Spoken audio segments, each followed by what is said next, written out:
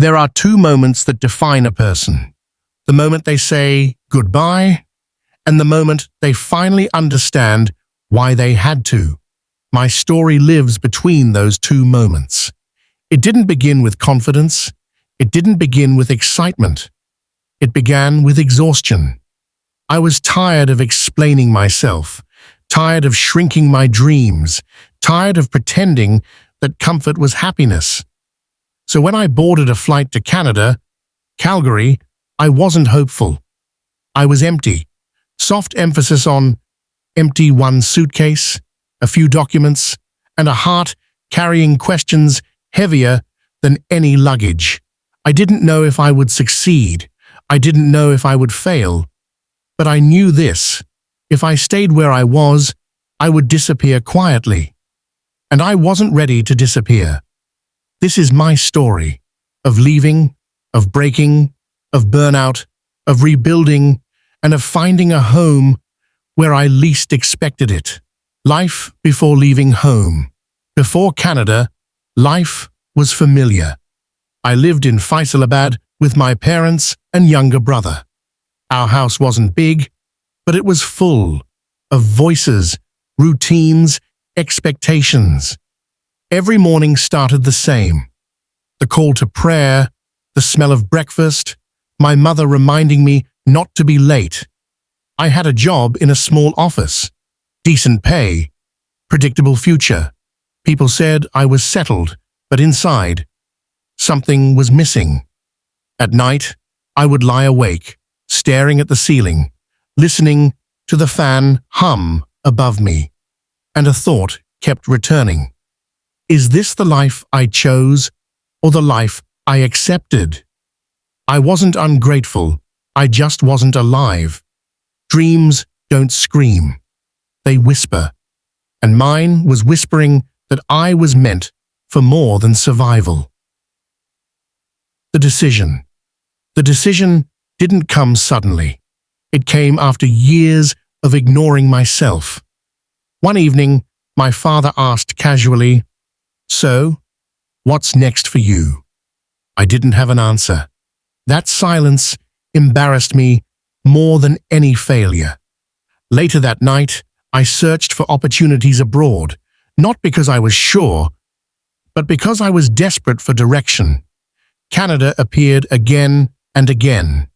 Cold, far, uncertain, perfect. When I finally told my parents, my mother cried quietly. My father looked away. "I don't want you to suffer," he said. I replied softly, "I already am." That was the moment everything changed. Goodbyes.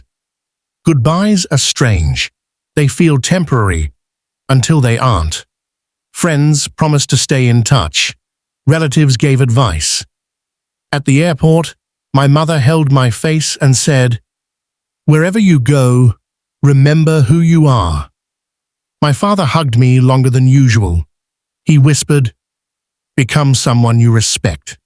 I walked towards security without looking back, because if I did, I might not have left. Arrival in Canada. Calgary greeted me with cold air and silence. The sky felt wider. The people felt distant. I felt invisible. At the airport, everyone seemed to know where they were going. I didn't. My first apartment was a shared basement. Low ceiling, dim lights, a mattress that felt unfamiliar. That first night, I sat on the bed and listened to the heater clicking, and I thought, I am truly alone. No familiar sounds, no familiar faces, just me and my decision. First months, culture shock. Everything required effort. Understanding accents, following rules, reading signs, simple tasks felt exhausting. Buying groceries took an hour. Taking the bus felt like an exam. I got lost. Often. Every mistake felt personal. And every night I questioned myself. Why did I think I could do this? But every morning I got up again. That became my first victory. Work and survival. Work didn't come easily. I applied everywhere. Cafes, warehouses, stores, rejections piled up. When I finally got a job at a distribution center, I felt relief and shame. Long hours, cold environment, physical exhaustion. My body hurt in ways it never had. My first paycheck looked small compared to the effort I gave. Rent, food, transport, nothing left. I called home and said, "Everything is fine." Lie. Inside, I was scared, but I kept telling myself, this struggle is temporary. Regret would be permanent. Emphasis on regret. Language and identity struggle. English betrayed me. Not because I didn't know it, but because I didn't own it. People spoke fast, joked freely. I smiled, without understanding. Every interaction reminded me that I was an outsider. I felt reduced, not by people, but by my own insecurity. Still, I listened. I learned, silently. Loneliness. Loneliness in a new country is different. It doesn't come from being alone. It comes from being unknown. No one knew my past, my struggles, my sacrifices. At night, I scrolled through photos from home, festivals, family dinners. Life was happening without me. Pause. Long I cried quietly, not because I wanted to go back, but because growth hurts. Burnout phase. Burnout arrived silently. I stopped enjoying rest, stopped feeling motivated. Work felt endless. Sleep felt shallow. One night after a double shift, I sat on the floor and stared at the wall. Bills unpaid. Messages ignored. "I can't do this anymore," I whispered. Then something shifted. I realized I wasn't weak. I was overloaded. Burnout was my body asking me to slow down, not give up. I changed small things, better food, walks, honest conversations. Slowly, the fog lifted. Soft emphasis on slowly. Adaptation and growth. Adaptation didn't feel dramatic. It felt quiet. I learned roots, learned humor, learned confidence. I made friends. Immigrants like me, people who understood silence. I found a better job, closer to my skills. For the first time, I planned ahead. One evening, walking under streetlights, I realized something shocking.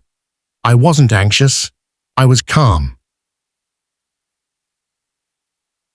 Self-discovery. Canada didn't change me.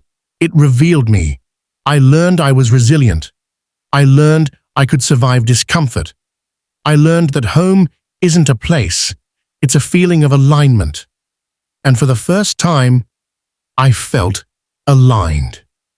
Reflection and closing. Looking back, leaving home taught me courage. Loneliness taught me patience. Burnout taught me boundaries.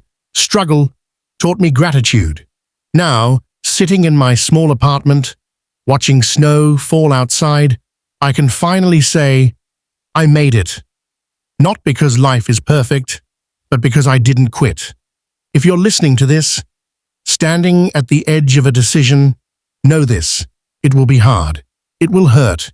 You will doubt yourself. But one day, you'll look back and thank yourself for choosing growth over comfort. Thank you for listening.